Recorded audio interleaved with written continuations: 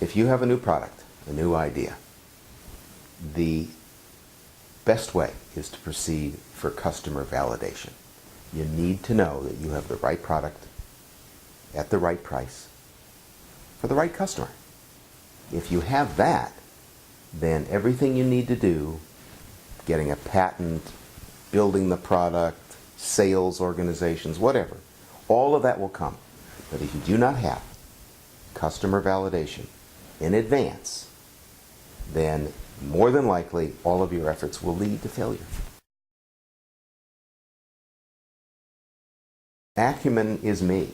I am a sole practitioner and I desire to be that way. I enjoy the opportunity to work with people on a one-on-one basis, to listen to what their concerns are, and to work with them to come up with actionable solutions to their business problems.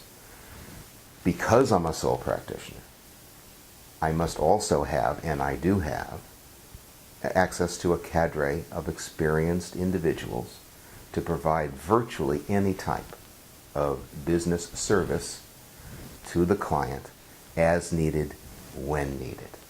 So I'm independent. If that's all they need, that's wonderful. We spend our time together.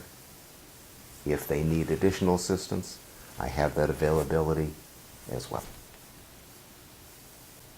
I focus on helping the client by looking at the entire package. Where other people have a service to sell, like accounting, IT, website development, whatever, I want to look at the entire package. I want to know who's involved with the project and what they propose to do. When I know that, then I focus on making sure that their idea has customer validation. Once it has customer validation, then you bring in the additional assets that are required that may be missing in order to make that idea into a viable and sustainable business. In working with a new client, I want them to provide me with as much information as they can in advance so that I can prepare and make our first meeting as effective as possible. Because parenthetically, oftentimes it doesn't take more than an hour or two to be able to refocus thinking so that people can get back on track, if you will. Information, questions. What is their idea? Who are the people involved with the idea? Have they talked with any customers? Do they have a patent?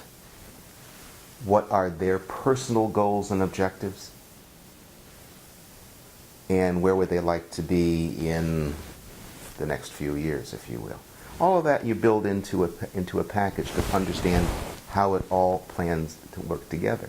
When I see that, then I can see and say to someone, I think we can work together, that would be fine. The way you test customer validation is by using what is called the minimum viable product. That is a term that Eric Ries has used in his book, The Lean Startup.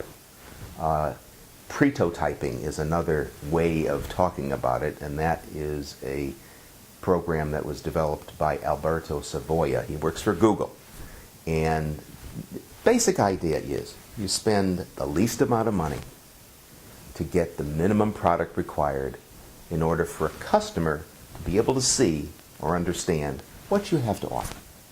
And by testing that and going to the customers and finding out, does this work? Is it the right size? Is it the right color? Does it have the features that would interest you so that the customer can say to you, I will buy your product from you today, please. Now, the problem is that most product development starts with the assumption that the product is a winner because their friends and family have all told them, that's a great idea. You ought to put that in the marketplace. Okay. So they spend months building the product correctly. I have a client who did exactly that. designed 13 permutations of this wonderful design for product. Took 18 months, built prototypes, got to the point where the consumer now gets the chance at that point to say, yes, I want it, or no, I don't. Guess what? The answer was, no thanks, we don't need it. So therefore, prototyping, you bring that cycle from what would have been 18 months in this example, down to 2-3 days. You can take a piece of wood and say, I may have an iPhone here, I may have an iPad here. This is what I'd like to do with it. People can then say, would you carry this around with you? You are testing, getting customer validation, so that you don't waste a lot of time and a lot of money on something that the customer ultimately does not want and will not pay you for it. And if they will not pay you for it, you do not have a business. My website has a list of questions that I would like my clients to answer in advance of our first meeting. I want to make it as quick and efficient as possible for the client, for me to start being able to help them.